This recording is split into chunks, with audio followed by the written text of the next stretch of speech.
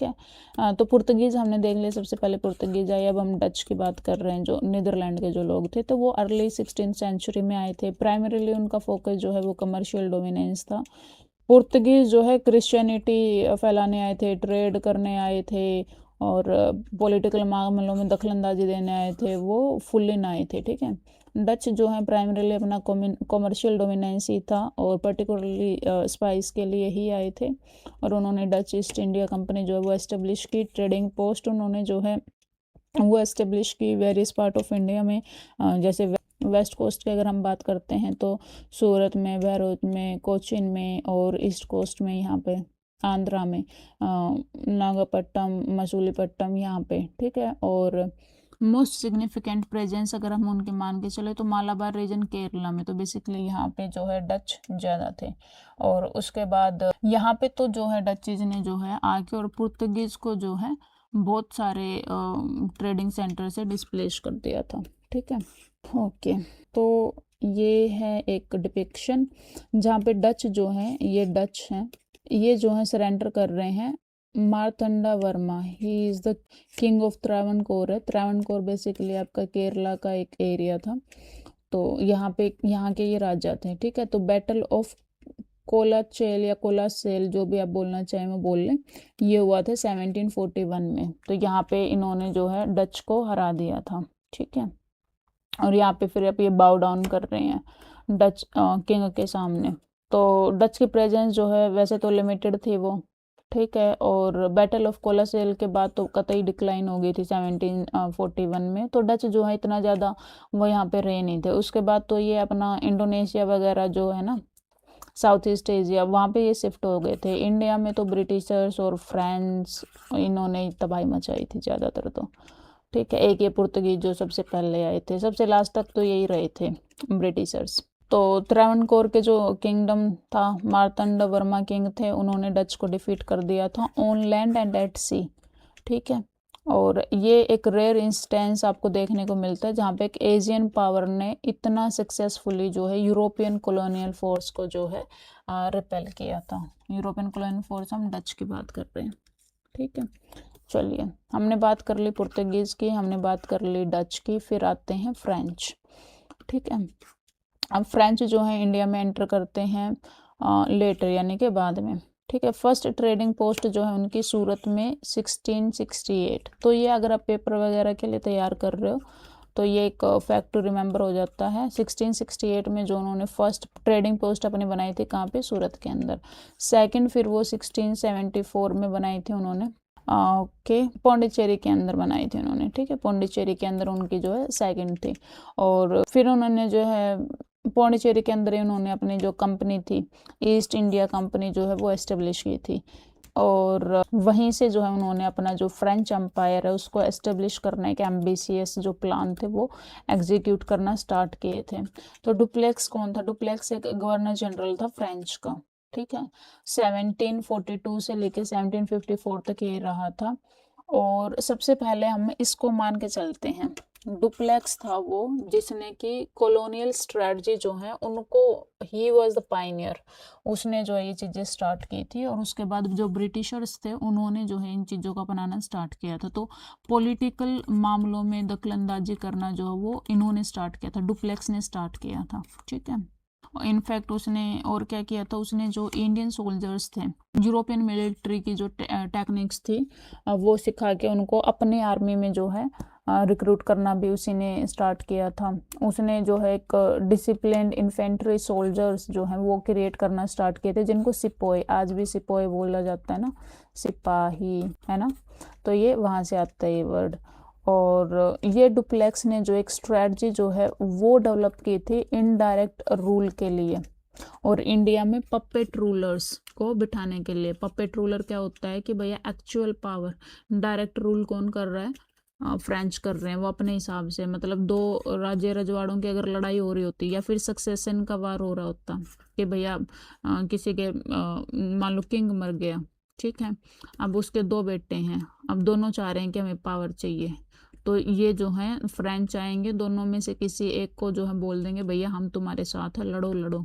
फिर इन दोनों की लड़ाई करवा के, और जिसके साइड से लड़वा रहे होते, जैसे इसके साथ हैं तो इसको राजा बना दिया। अब एक्चुअल पावर फ्रेंच के पास है। बोलेंगे भैया हमने तुम्हें जितवाया, अगर तुम हमारी बात नहीं मानोगे तो हम उसके पास चले जाएंगे, हम उसको जितवा देंगे, है ना। तो अब क्या, एक्चुअल पावर फ्रेंच के पास है। ये वही कर रहा है जो ये बोल रहे हैं, फ्रेंच बोल रहे हैं, ठीक है। तो ये पपेट रूलर हो गया, ठीक है, कठपुतली जिसको आप बोलते हो। उसके बाद जो फ्रेंच कॉलोनियल एम्बिशंस जो हैं वो अल्टीमेटली हमने चेक किए थे कार्नाटिक वॉर्स में जो है ये ज़्यादा हुआ था। कार्नाटिक वॉर्स जैसे कि हमने बात की थी कि सीरीज ऑफ कॉन्फ्लिक्ट्स थी ब्रिटेन और फ्रांस के बीच में। लड़ाई इनकी एक्चुअली यूरोप में चल रही थी, नतीजा यहाँ पे भी चल रहा था इनका ना। तो यहाँ पे जो फ्रांस के और ब्रिटेन के जो कंपनी के लोग थे वो एक दूसरे के ये बेसिकली कार्नेटिक वॉर क्या था कि सक्सेशन की लड़ाई थी ये, ठीक है। हम डिटेल में पढ़ेंगे, हायर क्लासेस जब आएंगे, हायर स्टैंडर्ड्स में हम इनको पढ़ेंगे, ठीक है। तो एक साइड को जो है फ्रेंच जो है वो सपोर्ट कर रहे थे, दूसरे को ब्रिटिश, और फिर ऐसे चंदा साहिब थे, ये थे वो थे, तो ये लड़ाई चलवाते रहते थे यहाँ पे। उसके बाद जो डुप्लेक्स है उसने मद्रास को कैप्चर कर लिया था। डुप्लेक्स कौन है, फ्रेंच का गवर्नर जनरल। तो आज के टाइम पे जो चेन्नई है 1746 में जो है डुप्लेक्स ने चेन्नई को कैप्चर कर लिया था, इतनी ज़रूरत थी इनकी, देखिए आप। उसके बाद लेकिन धीरे धीरे जो है ब्रिटिशर्स जो हैं वो जीत गए थे फ्रेंच से, और French ultimately lost their ground, और फाइनली जो है उनका जो एक्चुअल कॉलोनी जो है वो रिड्यूस होके सिर्फ पौंडीचेरी तक रह गई थी, और छोटे मोटे एक दो थोड़ा बहुत इधर उधर, ठीक है। अब फ्रेंच की जो कॉलोनीज थी did not much intervene in India social and religious life, एक ये था इनका, है ना। जैसे पुर्तगीज आए थे, उन्होंने क्या करना था भैया, क्रिश्चियनिटी क्या अपनाओ, है ना, रिलीजियस परसिक्यूशन कर रहे थे ये। फ्रेंच जो थे देवर लाइक भैया तुम्हें अपने सोशल, है ना, सामाजिक और धार्मिक तौर पे जो तुम्हें करना करते रहो। उन्होंने बहुत ज़्यादा इंटरवीन यहाँ पे किया नहीं, ठीक है। हाँ, एक बार का जो है किस्सा बताया जाता है, एक रेयर एक्सेप्शन, जहाँ पे 1748 में डुप्लेक्स ने जो है एक वैदापुरीस टेम्पल था एक, उसको जो है पौंडीचेरी के अंदर उसको जो है डिस्ट्रक्शन उसकी जो करवाई थी किसने, डुप्लेक्स ने। क्यों करवाई थी, क्योंकि वहाँ का जो प्रीस्ट था, जीसस प्रीस्ट था, और उसकी डुप्लेक्स की अपनी वाइफ थी। इन दोनों ने मिलकर इसको बोला कि इस मंदिर को जो तोड़वा दो, तो उसने ये तोड़वा दिया था। इसके अलावा बहुत ज़्यादा कुछ देखने को नहीं मिलता है कि इन्होंने सोशल या रिलीजियस लाइफ में जो है बहुत ज़्यादा ऐसे टांग अड़ाने की काम किया हो, ठीक है। और ये एक जो इन्होंने मंदिर को डिमोलिश कराया था, तो ये डोमिनेंस ऑफ क्रिश्चियनिटी एस्टेब्लिश करना चाह रहे थे। ये एक ऐसा एग्जाम्पल हमें देखने को मिलता है, ठीक है। ओके, उसके बाद आ जाते हैं ब्रिटिशर्स। तो ब्रिटिशर्स जो हैं, ब्रिटेन ने इंडियन सब कॉन्टिनेंट को ऑलमोस्ट 2 सेंचुरीज तक जो है वो रूल किया है। कैसे हुआ ये हम देखेंगे, फोकस बहुत सारी चीज़ें हम देखेंगे, लेकिन अभी के लिए क्योंकि इंडियन सब कॉन्टिनेंट की बात हो रही है, इंडियन सब continent is not just India, इसके आसपास के जो भी अभी इंडिपेंडेंस के बाद जो बहुत सारे कंट्रीज आ गए हैं ना, तो इंडियन सब कॉन्टिनेंट जैसे आपका अभी तो पाकिस्तान में बन चुका है, इंडिया तो है, यहाँ पे अफगानिस्तान भी है, ये नेपाल है, भूटान है, बांग्लादेश है, श्रीलंका है, म्यांमार है ना। तो ये सब अलग अलग कंट्री जो आज के टाइम पे हैं वो ये हैं तो इंडियन सब कॉन्टिनेंट में, है ना। तो इनके साथ भी लड़ाइयाँ चल रही थी, यहाँ पे भी वो ट्राई कर रहे थे कुछ ना कुछ। तो लेकिन अभी हम जो है इंडिया के बारे में मेजरली बात करेंगे, ओके।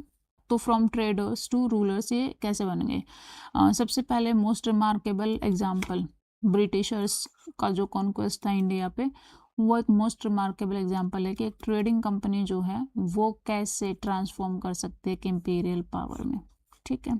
एक British takeover of India was gradual, calculated, and often disguised as commercial enterprise rather than military invasion. तो ये क्या बोलते हैं कि भैया हम तो ट्रेड करने आए थे, ट्रेडिंग कंपनी थी, तुम लोग जाहिल गवार थे, और तुम लोगों को सिविलाइज जो है बनाने के लिए हमने ये सब आजकल चल रहा है ना आपका सिविक सेंस नहीं है, सिविक सेंस, तो ये यही बोलते थे कि तुम लोगों के पास वो है नहीं, हम तुम्हें सिविलाइज करने आए हैं यहाँ पे, ठीक है। तो बोलते ये हैं ये, और बहुत कैलकुलेटेड और ग्रेजुअल जो है इन्होंने ये पावर का टेक ऑफ किया था, ठीक। ठीक है, टेक ओवर किया था।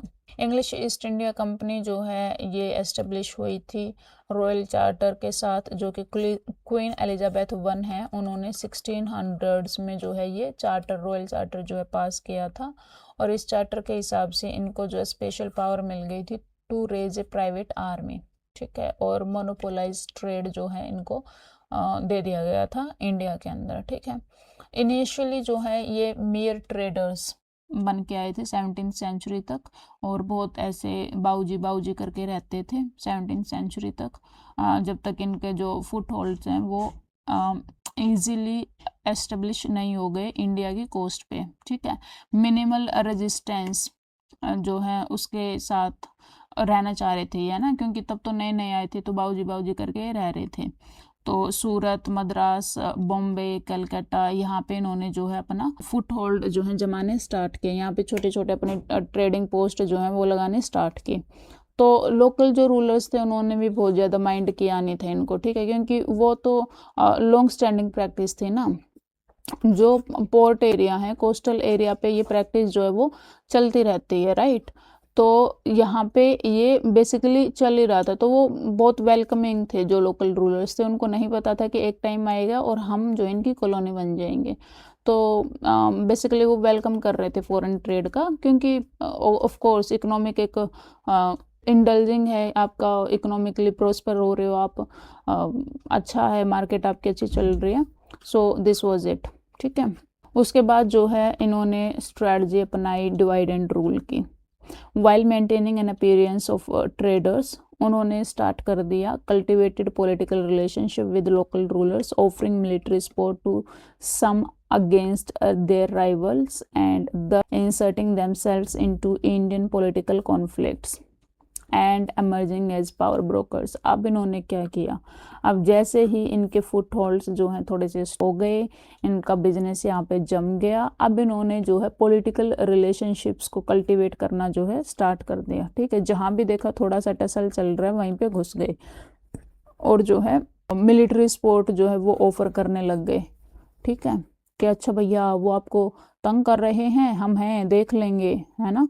तो मतलब ऐसे कि जैसे सूरत के अंदर है और सूरत वर्सेस कोई तो कुछ तो चल रहा है, तो यहाँ का जो भी लोकल रूलर था या चीफ था, तो उसको बोलते हमारे पास मिलिट्री है भैया, हमारे पास गन है, हम आपके साथ हैं, डरे नहीं, है ना, और राइवल को हम देख लेंगे। तो ऐसे करके जो है एक बार की लड़ाई में मान लो इनका साथ दे भी दिया, तो अब ये बोलेंगे वाह भैया वाह, तुम तो बहुत खतरनाक हो। तो ऐसे क्या हो गया, अब इनका एक रिलेशनशिप एस्टेब्लिश हो गया, ठीक है। और इंडिया के जितने भी अलग अलग लेवल पे, it was an India back then, but yet जितने भी पॉलिटिकल कॉन्फ्लिक्ट्स थे उनमें ये जो है पावर ब्रोकर का काम कर रहे थे, ठीक है। उसके बाद हैं इन्होंने राइवलरीज बनाई, रीजनल जो रूलर्स थे उनके बीच में जो भी राइवलरीज चल रही थी, या सक्सेशन के जो डिस्प्यूट्स थे उनको लेके with in ruling houses, succession के डिस्प्यूट चलते रहते हैं ना, बहुत बार होते हैं रूलिंग हाउसेस में। So as to benefit from this conflicts, divide and rule की पॉलिसी भैया इन्होंने यहाँ से ईजाद कर ली कि इनको आपस में भड़काओ और एक दूसरे के खिलाफ खड़े करो, और वहाँ पे फिर जो है रूल करेंगे हम, ठीक है। दो बिल्ली लड़ रही हैं, बंदर देख रहा है, वो वाली स्टोरी सुनी होगी आपने, तो वैसे ही कुछ चल रहा था इनका। तो Britishers were equally skilled at exploiting existing divisions with in Indian society. अब हमारी इंडियन सोसाइटी जो है ऑलरेडी, मतलब कहीं पे तो इनको आग लगानी पड़ी, कहीं पे तो इनको जो है ज़बरदस्ती झगड़ा जो करवाना पड़ा, है ना। लोगों के वेस्टेड इंटरेस्ट होते हैं, राइट, वेस्टेड इंटरेस्ट में सब जी रहे हैं, सबको ग्रीड है, दिस एंड दैट, तो वो सब चल रहा था। इसके अलावा पावर डायनामिक्स तो थी, इसके अलावा जो इंडियन सोसाइटी के अंदर भी डिविजन्स हमारे थे, जैसे कि कम्युनिटी का डिवीजन, क्योंकि मुगल्स आए थे यहाँ पे, उससे पहले भी जो है दिल्ली सल्तनत का पार्ट 1 जो था, तो मुगल्स, अफगान्स, तुर्क, बहुत सारे अलग अलग सेक्शंस ऑफ सोसाइटी थे, अलग अलग कम्युनिटीज़ थी, अब उनको भी लड़ना झगड़वाना इन्होंने स्टार्ट कर दिया, ठीक है। और एक एग्जांपल की अगर हम बात करें, बैटल ऑफ प्लासी हुआ था 57 में, इसको बहुत ही एक डिसिसिव बैटल बोला गया है। यहाँ के बाद जो है अंग्रेज़ों की जो महत्वाकांक्षाएं थी, एम्बिशन जो था वो मतलब 1000 टाइम्स बढ़ गया था, क्योंकि यहाँ से जो है उनको आस होप मिल गई थी कि अब वो जो है इंडिया पे रूल कर सकते हैं। ये एक डिसिसिव बैटल बोला जाता है, ठीक है।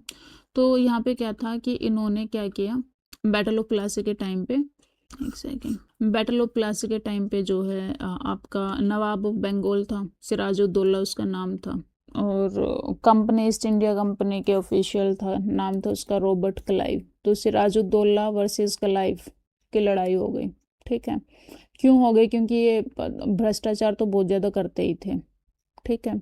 इनकी जो ये कंपनी के ऑफिशियल्स थे, इनकी इतनी लैविश लाइफ थी कि वहाँ के ब्रिटेन के लोग पूछते थे कि ये ऐसा क्या कर रहे हैं जो इनकी इतनी लैविश लाइफ है। तो इतना करप्शन ये करते थे, हम पढ़ेंगे।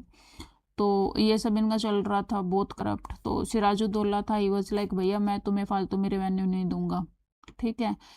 पास वगैरह बनवा लाए थे ये, और मतलब इसको सरपास करके और मुगल शासक के पास पहुंच गए कि हम ऐसे जो है बिजनेस करना है। तो हम पढ़ेंगे, वो स्टोरी पढ़ेंगे, है ना, बहुत इंटरेस्टिंग स्टोरी। तो फिर बंगाल का जो नवाब था सिराजुद्दौला और रॉबर्ट क्लाइव, ये उस टाइम पे जनरल था, है ना। तो इन दोनों के बीच तन गई। नवाब ने बोला ये फालतू बकवास मत करो, निकलो तुम यहाँ से।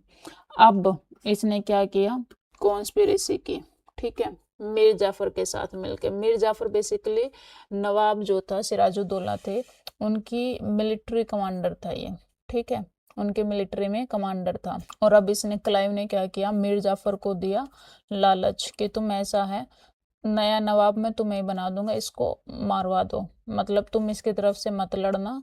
मिलिट्री कमांडर था ना ये, चीफ था, पूरी मिलिट्री इसके अंडर थी। तो बोला कि ठीक है ये लड़ाई के लिए बोल रहा है, हम आ जाएंगे, लेकिन तू लड़ना मत इसकी साइड से, और नया नवाब जो मैं तुम्हें ही बना दूंगा। और ये जो है तैयार भी हो गया।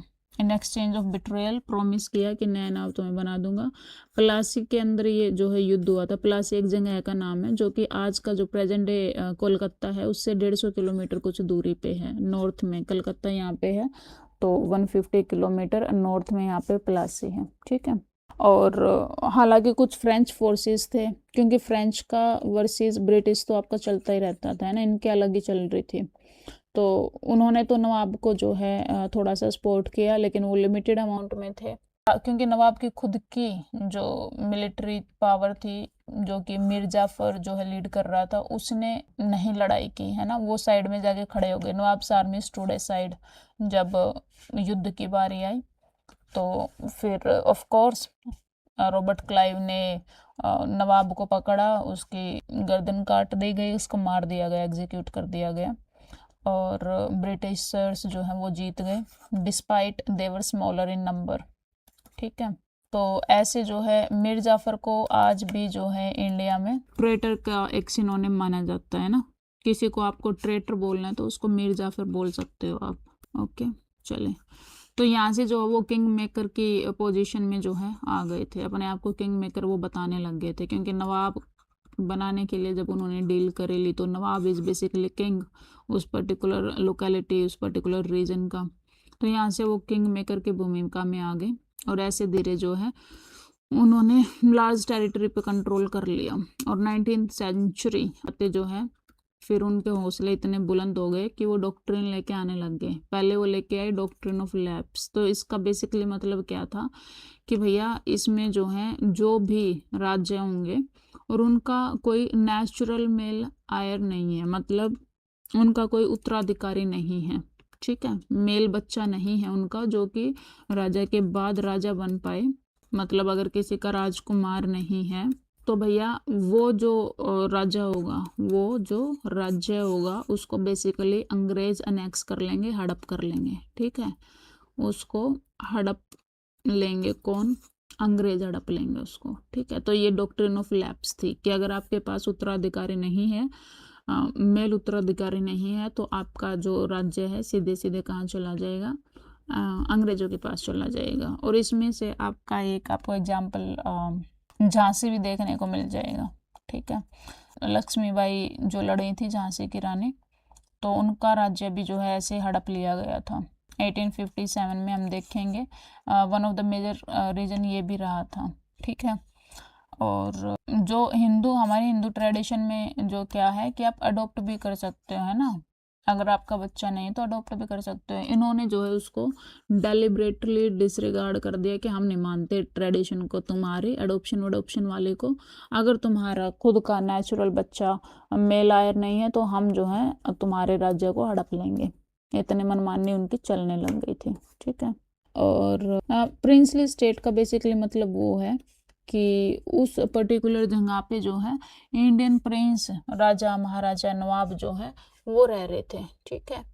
और ब्रिटिशर्स के प्रोटेक्शन में इंटरनल ऑटोनॉमी जो है वो बना के रख रहे थे। और बहुत हंड्रेड्स ऑफ दैम, मतलब हैदराबाद, मैसूर, ट्रैवनकोर, जम्मू कश्मीर, बहुत सारे ऐसे, मतलब जब हमारा देश आज़ाद हुआ था तो 500 से ज़्यादा रियासत सियासत जो हमें देखने को मिली थी, ठीक है, जो कि ऑलमोस्ट 40% ऑफ द इंडियन सब कॉन्टिनेंट को उस टाइम पे दर्शाती हैं, ठीक है। उसके बाद डॉक्ट्रिन ऑफ लैप्स के बाद जो है इन्होंने बहुत सारे जो स्टेट्स थे उनको अनेक्स कर लिया, ठीक है। अब यहाँ से रिजेंटमेंट क्रिएट हो गई, जिसने कि 1857 का जो रिबेलियन बोल लो या जो भी था उसमें जो है कंट्रीब्यूट किया इस रिजेंटमेंट ने। अच्छा, इसके बाद जो है अनदर एक लेके आए वो सब्सिडरी अलायंस। अब सब्सिडरी अलायंस क्या था? सब्सिडरी अलायंस था क्योंकि लोग इतने बहके हुए थे, राज्य रजवाड़े एक दूसरे पे इतना भरोसा नहीं कर पा रहे थे वो कि साथ साथ में अगर हैं तो दे कैन मतलब अपना अपना राज्य पे जो है वो राज कर ले। नहीं, उनको एक दूसरे से भय बना रहता था। और ये भय कौन बनवा रहा था? ब्रिटिशर्स के चेले, ब्रिटिशर्स बेसिकली। तो इनको एक दूसरे से भय होता था। तो ब्रिटिशर्स की एक नई स्कीम आई वहाँ पे, क्या? Subsidiary alliance. अब इन्होंने क्या बोला कि सुनो, जैसे हम यहाँ पे मान के चलते हैं हैदराबाद, यहाँ पे हम मैसूर मान लेते हैं, वैसे ये उल्टा हो गया है ना, यहाँ पे हैदराबाद है, यहाँ पे उल्टा हो गया, मतलब वो जियोग्राफिकल पोजीशन मैं आपको बता रही हूँ ना, हैदराबाद इधर है आपका, मैसूर इधर है, ठीक है। तो ये था जैसे, तो अब जो है इन दोनों को एक दूसरे से डर लग रहा है कि भैया कहीं इसने मेरे पे हमला करके मेरा राज्य छीन लिया, कहीं इसने मेरे को हमला करके मेरा राज्य छीन लिया। तो यहाँ पे ये भाई साहब आए ब्रिटिशर्स, और ये क्या बोलते हैं, देखिए आप है ना सब्सिडरी अलायंस हमारे साथ कर लीजिए, जिसका बेसिकली मतलब ये है कि आपके कोर्ट में परमानेंटली एक ब्रिटिश रेजिडेंट रहेगा, मतलब एक ब्रिटिशर्स जो है परमानेंटली इनके कोर्ट में प्रेजेंट रहेगा, ठीक है, ऑल द टाइम। उनके जितने भी पॉलिटिकल मामले हैं सब में दखलंदाजी करेगा, ठीक है। और हमारी तुम जो है बात मानो, उसके बाद जो है हम तुम्हें प्रोटेक्ट करेंगे against internal and external threat. जितने भी इंटरनल और एक्सटर्नल थ्रेट्स होंगे हम तुम्हें जो है उनके अगेंस्ट जो है बचा के रखेंगे, प्रोटेक्ट करेंगे, ठीक है। ये था फर्स्ट कंडीशन ये। अब दूसरी चीज़ देखो तुम, अब जो हम तुम्हें जो ये प्रोटेक्ट करेंगे ना, इसके लिए तुम्हें जो है ब्रिटिश ट्रूप्स जो आएंगे, मतलब जो आर्मी होएगी, उसको मेंटेन भी किसके बेसिस पे करना पड़ेगा? राजा के एक्सपेंस पे करना पड़ेगा, British troops eight their own expense. दूसरी चीज़ ये कि वो आर्मी जो है बिलोंग तो करती है ब्रिटिशर्स को, ठीक है, लेकिन उसका एक्सपेंस कौन उठा रहा है? रूलर्स। उसका एक्सपेंस उठा रहे हैं ये रूलर्स। तीसरी चीज़ कि भैया कोई भी फॉरेन रिलेशंस तुम नहीं करोगे बिना ब्रिटिशर्स की परमिशन के, कि अगर ये चाहें कि भैया एक दूसरे से मिल बैठ के बात मशवरा कर लें कि भैया हम देखो एक दूसरे पे हमला नहीं करेंगे, तो ये भी नहीं करने देना। देवर लाइक भैया तुम कोई भी फॉरेन, इनके लिए तो ये फॉरेन, इनके लिए ये फॉरेन, ठीक है।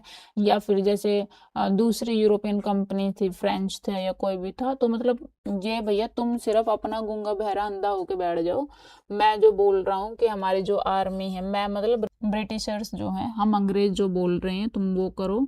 एक तो एक जो है 24/7 जो है एक अंग्रेज को अपने कोर्ट में रखोगे तुम, उसको सारे मालूमात जितने भी इम्पोर्टेंट डिस्कशन होंगे वो जो है उसकी प्रेजेंस में ही होंगे। दूसरा, हमारी ये एक आर्मी है, इसको जो है तुम बढ़िया से इस पे खर्चा वर्चा करो। और तीसरा जो है आप किसी से बोलचाल मत रखो, ठीक है। This was subsidiary alliance.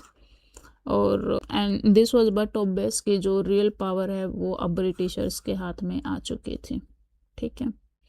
और उसका जो बर्डन था, उसकी जो कॉस्ट थी, वो उन रूलर्स पे थी। तो it was Indian rulers with the cost of their own subjugation, मतलब उनको समझ में नहीं आ रहा था कि उनको ही जो है दास बना दिया जा रहा है बेसिकली, है ना। और वो उसका पैसे भी भर रहे हैं, है ना, कि हाँ भैया ये लो, हम तुम्हें पैसे दे रहे हैं, तुम्हारी मिलिट्री जो है हम तैयार कर रहे हैं, एक्सपेंस दे के तुम्हें रेवेन्यू भी देंगे, सब करेंगे। ओके। और हैदराबाद का जो रूलर था वो among the first to enter such alliance in 1798, तो ये फैक्ट टू रिमेंबर आपका हो जाता है। 1798 में हैदराबाद वाज द फर्स्ट, ठीक है, जिसने सब्सिडरी अलायंस जो है वो साइन किया था। और ये जो सो कॉल्ड अलायंस था आपका, ब्रिटिशर्स को जो है इसके जरिए एक वास्ट टेरिटरी जो थी उस पर कंट्रोल मिल गया, और वो भी without administrative cost of direct rule, क्योंकि कॉस्ट तो कौन भर रहा था, रूलर्स भर रहे थे। Creating what was called an empire on the cheap, ये उनको मिल गया था, ठीक है। Once state entered the system, एक बार अगर सब्सिडरी अलायंस आपने जो है साइन कर दी, उसके बाद भैया इट इज़ वर्चुअली इम्पॉसिबल कि आप वहाँ से निकल पाओ, ठीक है। आप फिर निकल नहीं सकते, क्यों? क्योंकि अगर आपने निकलने का ट्राई किया, if you even attempt to break free, तो भैया फिर ब्रिटिशर्स जो हैं वही मिलिट्री जिसको आप पाल पोस रहे हो, उस मिलिट्री का रिस्पॉन्स आप पे ही दिखा दिया जाएगा। सो या दिस वाज इट। तो चलिए दोस्तों, आज का जो है यहीं तक ख़त्म करते हैं आज की क्लास को। Thank you so much for being here. Take care, tata bye.